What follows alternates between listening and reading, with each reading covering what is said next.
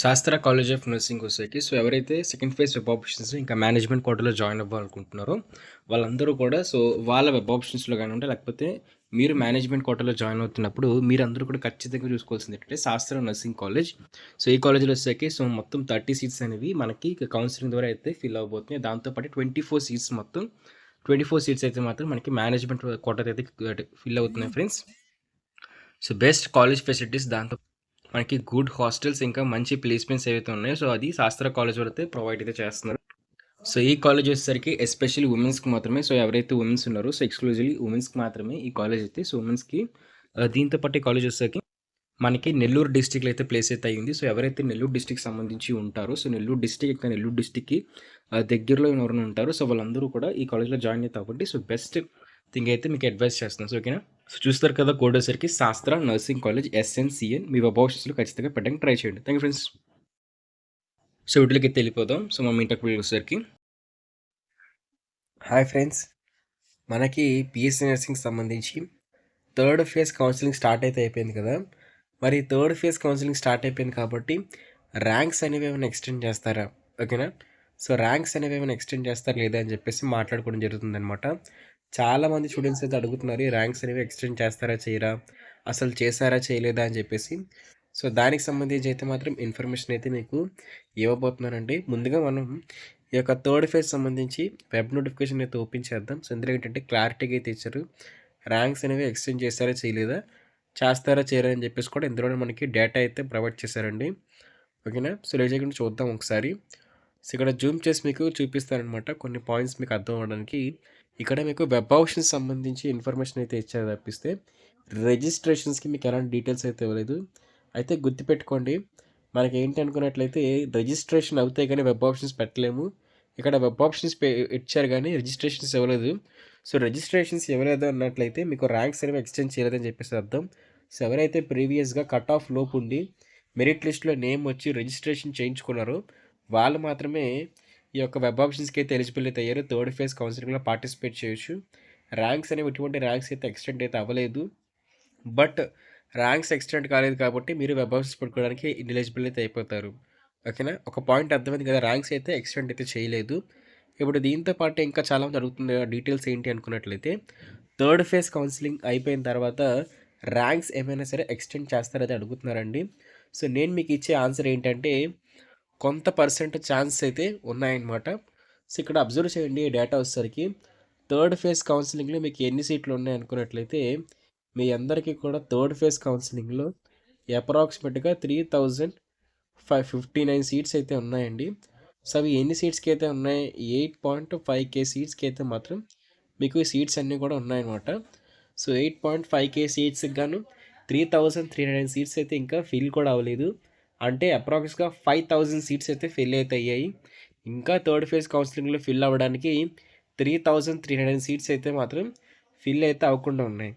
అయితే మీరు అబ్జర్వ్ చేయాల్సిన విషయం ఏంటి అనుకున్నట్లయితే ప్రీవియస్గా కూడా సెకండ్ ఫేజ్ అప్పుడు ఫస్ట్ ఫేజ్ అప్పుడు కూడా కౌన్సిలింగ్ అయిపోయినప్పటికీ కూడా ఇంకా పెండింగ్ అయితే ఉంటున్నారండి. మీరు ఫస్ట్ ఫేజ్ కౌన్సిలింగ్లో చూసుకున్నట్లయితే ఓకే అప్రాక్స్గా 3K వరకు కూడా సెల్ఫ్ రిపోర్టింగ్ చేయలేదు. అలాగే మీరు సెకండ్ ఫేజ్ కానీ చూసుకున్నట్లయితే అప్రాక్స్గా 1600 మెంబర్స్ అయితే మాత్రం సెల్ఫ్ రిపోర్టింగ్ అయితే చేయలేదండి. అయితే ఇప్పుడున్న డేటా ప్రకారంగా వచ్చేసరికి థర్డ్ ఫేజ్ కౌన్సిలింగ్ అయిపోయినప్పటికీ కూడా మనకి ఒక 1K ప్లస్ అయితే మాత్రం సెల్ఫ్ రిపోర్టింగ్ చెయ్యరు. ఎందుకు అన్నట్లయితే ఒకవేళ సీటు వచ్చినా సెల్ఫ్ రిపోర్టింగ్ చెయ్యరు.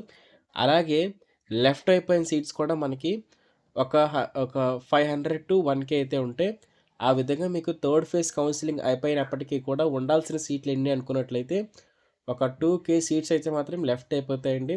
మరి కన్వీనర్ కోటాలో 2K సీట్స్ని అయితే ఫిల్ చేయాలి కాబట్టి ఖచ్చితంగా ఆల్రెడీ మేనేజ్మెంట్ కోసం సీట్స్ సపరేట్గా అయితే ఉంటాయి. బట్ మేనేజ్మెంట్ కోటా కోసం సపరేట్గా సీట్స్ ఉన్నప్పటికీ కూడా ఒక 2K సీట్స్ని అయితే మాత్రం మేనేజ్మెంట్కి అయితే కన్వీనర్ కోటా అయితే ఎట్టి పరిస్థితులు కూడా వదిలేదు. అయితే ఈ 2K సీట్స్ వరకు కూడా ఫిల్ చేయడానికి ఖచ్చితంగా కూడా ర్యాంక్స్ అయితే ఎక్స్టెండ్ చేసే అవకాశం అయితే ఉందండి. ఎందుకంటే ప్రతి ఫేజ్లో కూడా మనకి ఎంతో కొంత amount of students like first వచ్చేసరికి 3K, సెకండ్ వచ్చేసరికి 1.6K అంటే ఒక 1600 మెంబర్స్, థర్డ్ కూడా మనకి ఒక 1K ప్లస్ అనే సెల్ఫ్ రిపోర్టింగ్ చేయకుండా ఉండిపోతారనమాట. సో ఇలా సెల్ఫ్ రిపోర్టింగ్ చేయకుండా 1K వరకు ఉండిపోయినట్లయితే చాలా నంబర్ ఆఫ్ సీట్స్ అయితే ఉండిపోతూ ఉంటే చాలా కాలేజెస్ వాళ్ళ నుంచి ప్రెషర్ అయితే ఎన్టీఆర్ యూనివర్సిటీ వాళ్ళకైతే వస్తుందనమాట. సో మీరు అనుకుంటున్నారు కౌన్సిలింగ్ అయితే అయిపోయిందని చెప్పేసి. బట్ గుర్తుపెట్టుకోవాల్సిన విషయం ఏంటంటే ఇంకా పారామెడికల్ వాళ్ళకైతే కౌన్సిలింగ్లో వెబ్ ఆప్షన్స్ కూడా స్టార్ట్ అవ్వదు. Even first phase web options కూడా కంప్లీట్ స్టార్ట్ కూడా కాలేదండి. కంప్లీట్ పక్కన పెట్టండి, వాళ్ళకి ఇంకా వెరిఫికేషన్ అవుతుంది. సో ఈ లెక్కను చూసుకున్నట్లయితే మీకు ఇంకా టైం అయితే ఉందండి. ఒకవేళ థర్డ్ ఫేజ్ కౌన్సిలింగ్ కూడా ఫిల్ అయిపోయి సెల్ఫ్ రిపోర్టింగ్ చేసిన తర్వాత ఒకవేళ 1000+ కానీ స్టూడెంట్స్ సెల్ఫ్ రిపోర్టింగ్లో కానీ సెల్ఫ్ రిపోర్టింగ్ చేయకపోతే గుర్తుపెట్టుకోండి, 1000+ వరకు ఉన్న స్టూడెంట్స్ కూడా సెల్ఫ్ రిపోర్టింగ్ని చెయ్యలేదు అనుకోండి, మీకు ఒక లైవ్ ప్రూఫ్ చూపిస్తాను సెల్ఫ్ రిపోర్టింగ్ ఎంతమంది చేయలేదని చెప్పేసి. ఓకేనా? సో ఇక్కడ బ్యాక్కి వస్తే అప్రాక్సిమేట్గా ఇక్కడ చూసినట్లయితే ఇక్కడ ఇచ్చారు కదా నాట్ అడ్మిటెడ్ లిస్ట్, ఫేజ్ 2కి సంబంధించి నాట్ అడ్మిటెడ్ లిస్ట్ అయితే మీకు ఓపెన్ చేసి చూపిస్తాను. సో ఎంతమంది సెల్ఫ్ రిపోర్టింగ్ చేయట్లేదు అని చెప్పేసి. సో ఎందుకంటే చూస్తున్నారు కదా, చాలామంది స్టూడెంట్స్కి సెల్ఫ్ రిపోర్టింగ్ చేయట్లేదు అని చెప్పేసి అంటారు. సో ఎందుకు రిపోర్టింగ్ చేయట్లేదు అనుకున్నట్లయితే ఎప్పుడు కూడా ఫార్మసీ కౌన్సిలింగ్ లేట్గా అవుతుంది. ఓకేనా? సో అలాగే పారామెడికల్ కౌన్సిలింగ్ కూడా పక్కపక్కన అవుతూ ఉంటుంది. బట్ ఈసారి ఏం జరిగిందంటే స్టూడెంట్స్కి అన్ని కౌన్సిలింగ్లు ఒక దగ్గర అవ్వడం వల్ల ఫార్మసీ, పారామెడికల్ అలాగే మనకి నర్సింగ్ కౌన్సిలింగ్ ఒకేసారి అవుతూ ఉండడం వల్ల అన్నిట్లో రిజిస్టర్ అయ్యారు. అన్నిట్లో రిజిస్టర్ అయినప్పుడు వాళ్ళకి ఏ కౌన్సిలింగ్లో సీట్ వస్తే ఆ కౌన్సిలింగ్లోకి వెళ్ళిపోతున్నారు. ఒకవేళ సీట్ వచ్చినా సరే ఫార్మసీలో సీట్ వస్తుందని ఉండిపోతున్నారు.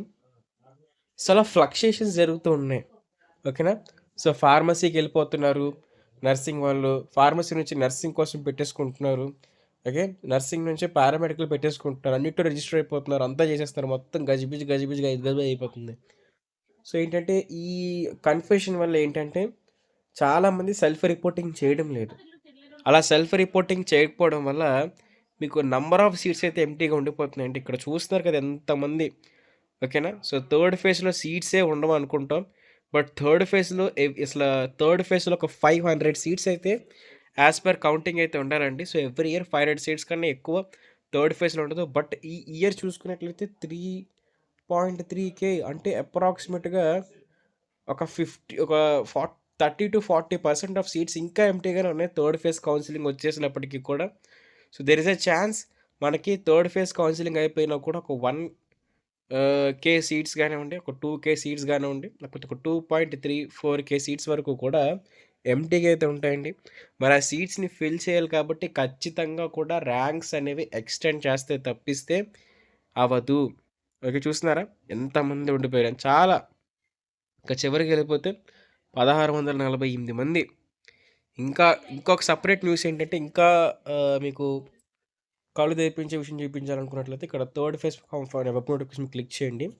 వాళ్ళకు నోటీస్ కూడా ప్రొవైడ్ చేశారు. ఇక్కడ మీకు జూమ్ చేసి చూపిస్తాను.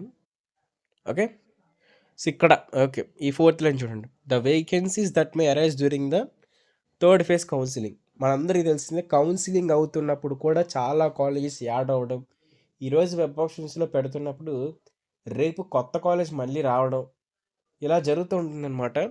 సో ఇవన్నీ సినారియోస్ని బేస్ చేసుకున్నట్లయితే దేర్ ఇస్ ఎ ఛాన్స్ అంటే ఒక 30-40% ఛాన్స్ అయితే ఉంది మనకి థర్డ్ ఫేజ్ కౌన్సిలింగ్ కూడా కండక్ట్ చేసే ఛాన్స్ అయితే లేకపోలేదు. ఓకే, అదే మనకి ర్యాంక్స్ ఎక్స్టెన్షన్ చేసే ప్రాబబిలిటీ కూడా సో ఖచ్చితంగా లేకపోలేదు. అంటే పారామెడికల్కి కౌన్సిలింగ్ మీరు పెట్టుకున్నట్లయితే పారామెడికల్ కౌన్సిలింగ్ పెట్టుకోండి, అలాంటి ప్రాబ్లం అయితే లేదు. అది మీ ఇష్టం అది. బట్ మీకు ర్యాంక్స్ ఎక్స్టెన్షన్ చేసి అవకాశాలు కూడా ఉన్నాయి. సో అది గుర్తుపెట్టుకొని మీరు ఏం ప్రిపేర్ చేసుకోవాలనుకుంటున్నారు, ఏం ప్లాన్ చేసుకోవాలనుకుంటున్నారు అది చేస్తే మంచిది అనమాట. ఓకేనా? So thank you friends, bye. So ఇంకా డౌట్స్ ఉన్నట్టయితే ఇన్స్టాగ్రామ్కి వచ్చి మీరు కాంటాక్ట్ అయ్యి అక్కడ కూడా మీకు డౌట్స్ అడగచ్చు. లేదంటే మీరు కామెంట్స్ కూడా చేస్తే మీ కామెంట్స్ కూడా మీకు రిప్లై అయితే ఇస్తాను. Thank you friends, bye.